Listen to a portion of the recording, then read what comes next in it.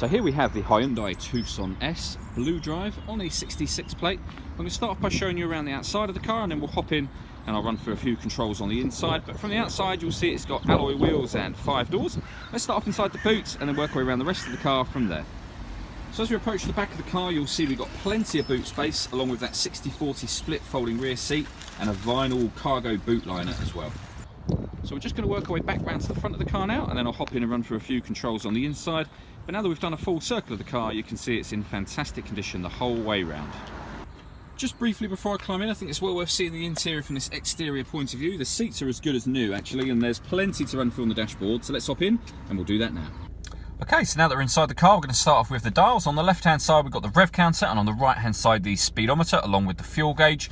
In the middle on the trip computer, you can see the total miles for this car are only 2,794, so very low mileage. Above that, you've got information on fuel economy and things like that. That information can be changed using controls on the right-hand side of the steering wheel.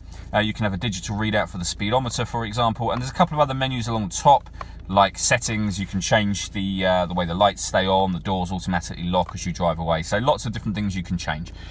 On the steering wheel, the controls I was using a moment ago are these ones on the right. On the left hand side, we have stereo controls as well as voice activation for the phone. So if you hit that button, ask it to dial anyone in your contacts list. It will do that without you taking your phone from your bag or your pocket. That is, of course, once you paired the phone, which is done on the stereo screen over in the center here. Before we come back to that, it's worth just pointing out this car's got DAB digital radio, as well as FM and AM radio as well. In terms of media, there's a number of ways you can listen to music in this car.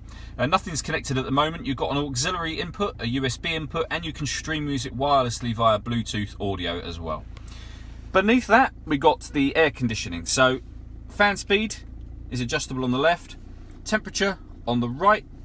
You can press that button should you wish to, and that will turn air conditioning to the maximum, so it will get it as cold as it can, as quickly as it can. Otherwise, hit that button to turn the air conditioning on at your desired temperature, and then determine where within the car you would like the air to be blowing.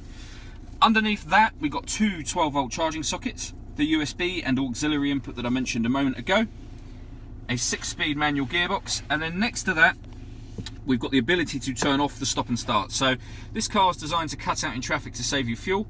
If you'd rather not use that system, hit that button and it will turn the system off. And then this one above is if you know, for example, you're about to drive for a field, hit that button and the car will be able to control itself a little bit better in off-road conditions. All that leaves me to say is thank you for taking the time to watch this video. If you'd like to come and see the car in person and have a test drive, please feel free to call any of our MJA sites. We'd love to hear from you soon.